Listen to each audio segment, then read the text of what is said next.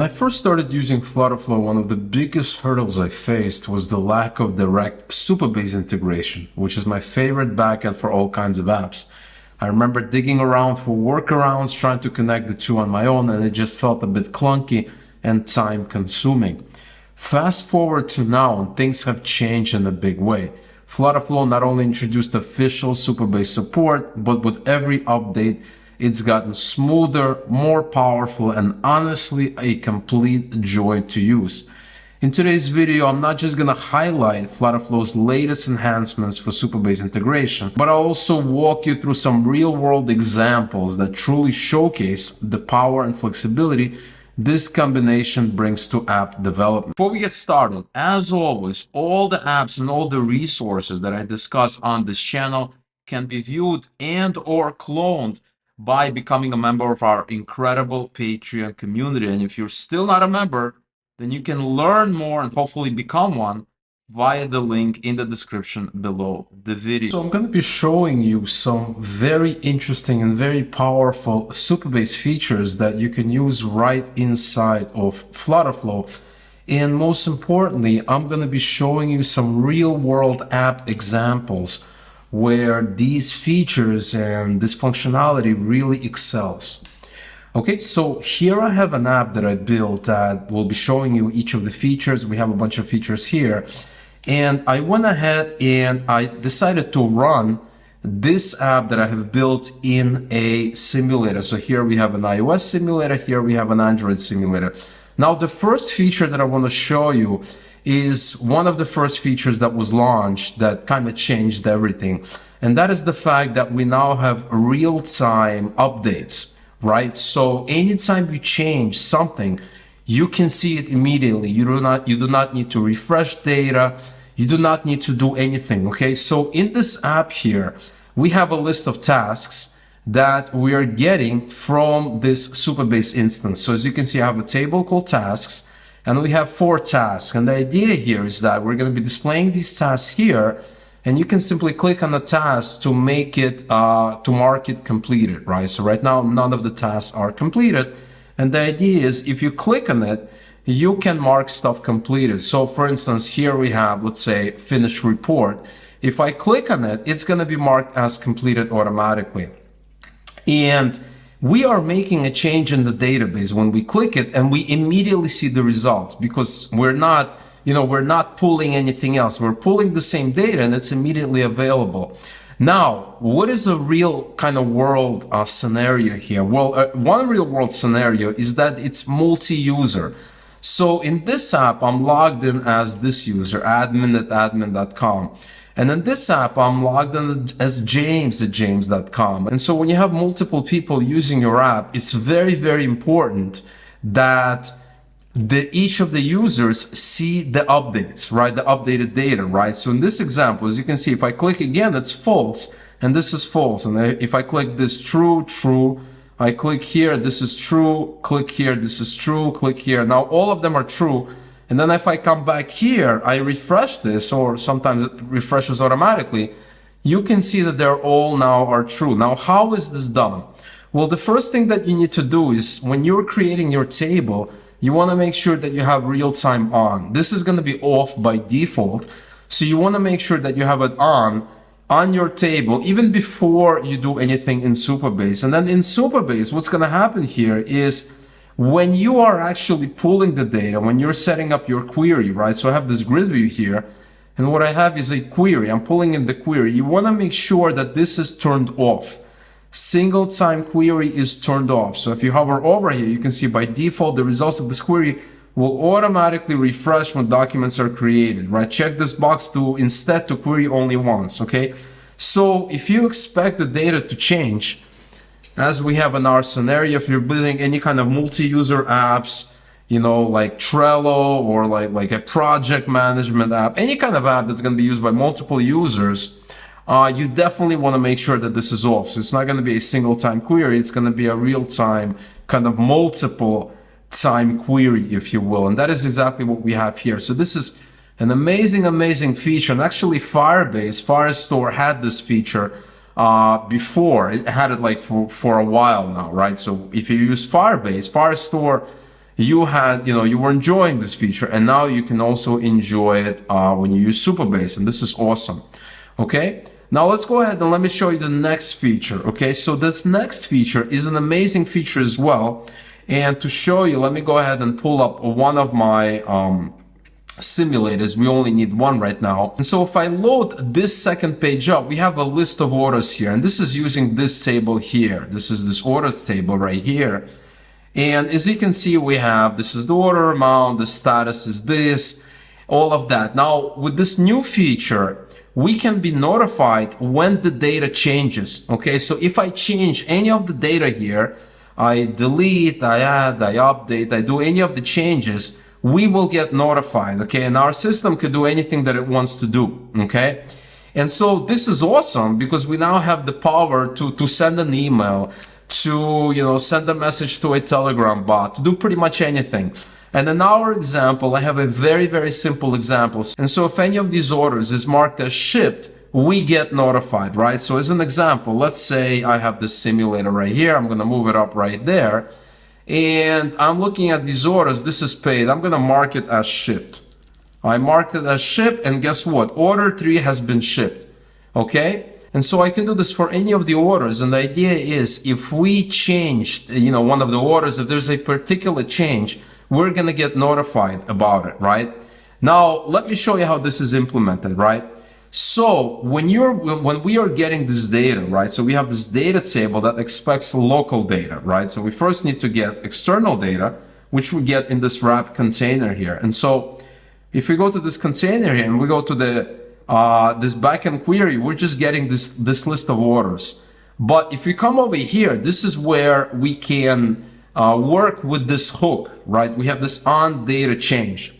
Now, the trick with this hook is that it doesn't tell us, at least currently, what data changes, right? It just tells us that data has changed.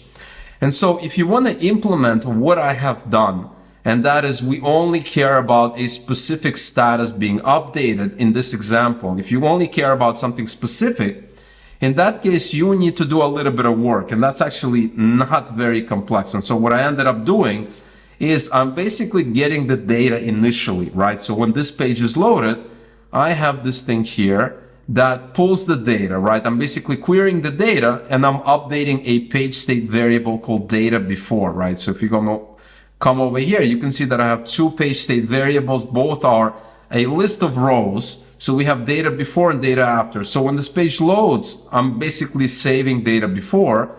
And when this trigger gets fired on data change, I am getting the data after, right? So I'm basically querying the data, I'm updating this page state variable, and very important, I'm running a custom function, right? So I have this custom function that takes both of these, right? It takes a list of rows before, takes a list of rows after. This is the custom function right here. It's called getChangeRecord, and it basically looks if there's an order that's different, it's not the same, and the new status is shipped, okay? And it returns this order. And then we can, display it to the user, tell them, hey, this particular order has changed. We can email it. We can do anything that we want.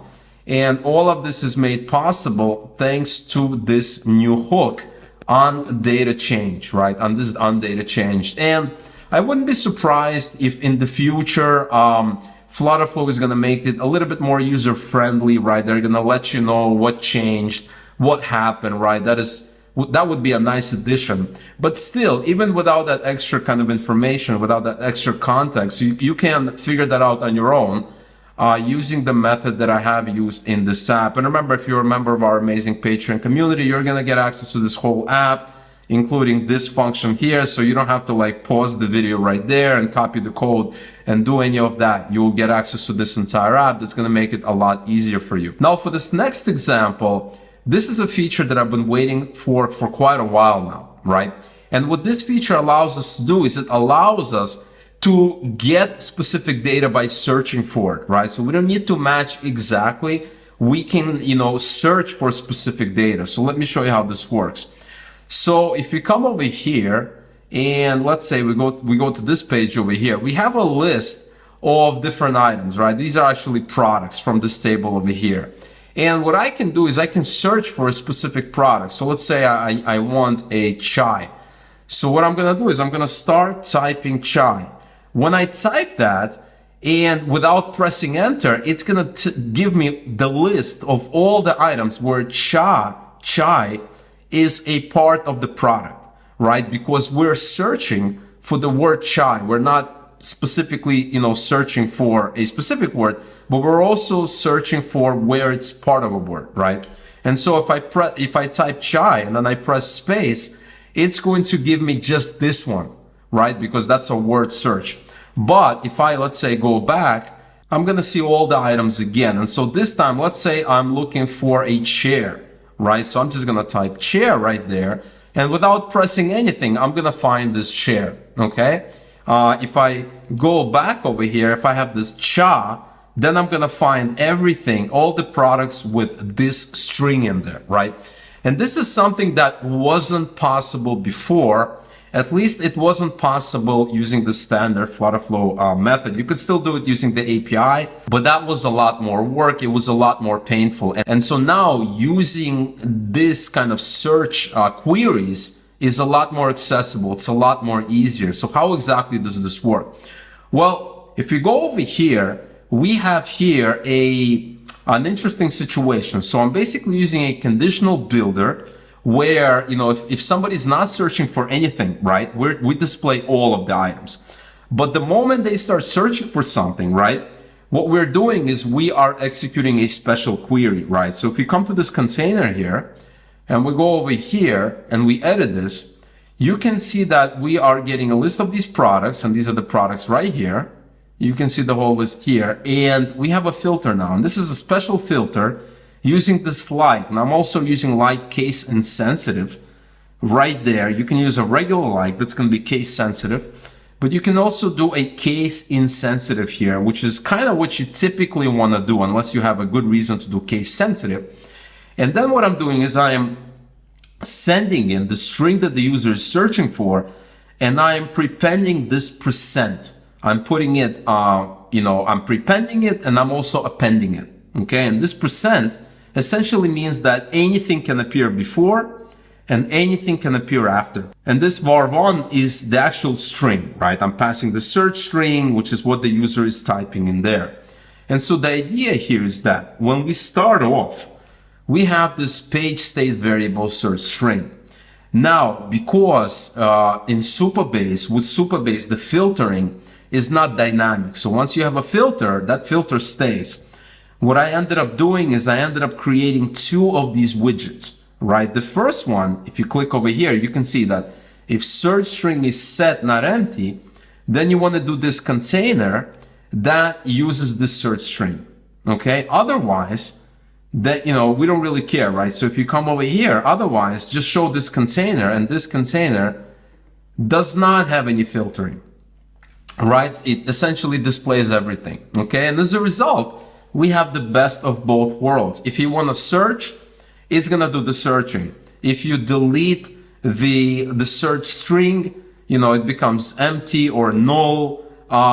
It's just going to go with this container where we're not filtering anything, right? And so you have this really, really nice kind of behavior that works really, really well. And so this is something that a lot of people have been waiting for. I know that I have been waiting for this feature for quite a while, and I definitely look forward to using it because now you can easily do searches in your, inside of your Supabase instance, looking for specific items, specific records, etc., etc. And that's not all. If you head over to Supabase documentation, you can see that with this like filtering, yes, you can use this percent, which is a wildcard, but you can also use things like an underscore wildcard, which represents a single character, right? So here it gives you a couple of examples. And so this is fairly powerful, and it opens up a ton of other opportunities where you may not even need to use another, app or another tool or another system to do searching. You can actually do searching right from your FlutterFlow app. So definitely check it out and start using it in your apps, okay? Now, for this next example here, I want to show you a very, very interesting feature that you can use with your apps, okay? And so the idea here is that you can now have multiple filtering, and you can do an and condition or an or conditions on your filtering, right? And so let me show you how this is useful in certain situations. So here we have a page that displays a bunch of listings, right? So if you go here, this is the table right here. We have the address, we have the price, the bedroom, square feet, etc., etc. So we have a bunch of interesting data points about each of the listing. And sometimes you may want to build an app that displays and, right? So let's say I'm looking for an apartment that's at least $100,000 or more, and also is, X amount of square feet, right? So for instance, I'm going to put, let's say I want an apartment that's at least $200,000. I press search, and now I'm seeing apartments with at least $200,000. And I only want apartments with at least 2,000 square feet. So I want to make sure that both of these are true, right? And that's a very, very common use case, right? You're searching for apartments. You may not want something that's, run down or beaten down, or something that's a project. You want something that has an established price. And you also know that you want maybe at least 3 bedrooms or 2 bedrooms, or at least, 2,000 or 1,500 square feet. And you want to make sure that these two conditions are ended, right? And you can easily do that, right? So if you head over to the SAP over here, jump to this container, this is exactly what we have. So we have 2 filters where price is greater than the price that we specified, and square feet is greater than the size specified. Okay, so you can do that, and that's a very, very common situation. Now, another thing that you can do is you can do or as well, right? So maybe you're looking for a place that's at least a certain amount, or it's at least 3,000 square feet. So you're not quite sure what you're looking for, right? You know that it needs to be this, or you're flexible if it's at least 3,000 square feet, right? And so this way you're getting a slightly different kind of search results. Now, it's worth mentioning that this is a little buggy right now, and FlutterFlow has mentioned that this is something they're planning to kind of fix up in the next couple of weeks. This is here, but when I was testing this, it was a little buggy and I couldn't really get it to work, reliably. It is here though, so I'm sure FlutterFlow is going to release it in a couple of weeks, maybe a month tops.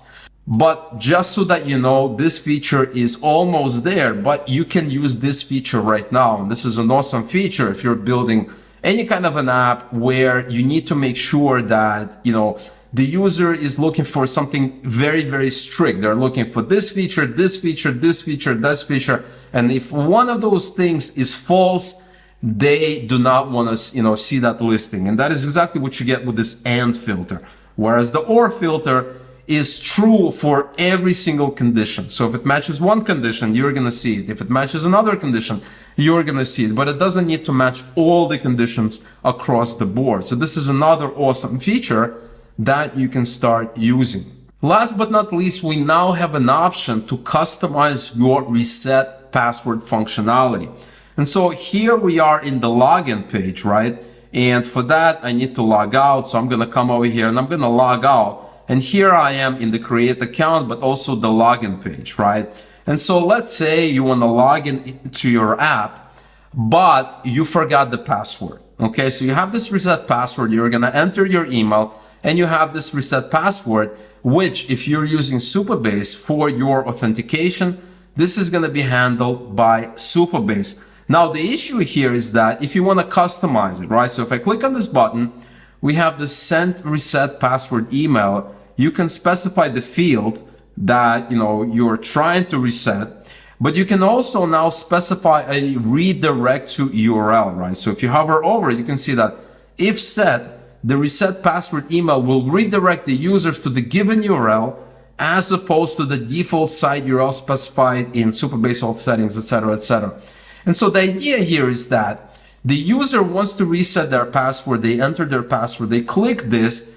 They are able to get reset password. But what happens after they reset their password can be customized and controlled completely by the app developer. And so if you do not want them to be ultimately redirect it to a specific page, you can set this here, and that could be maybe a welcome page, an onboarding page, maybe a security page to make their account more secure, etc., etc.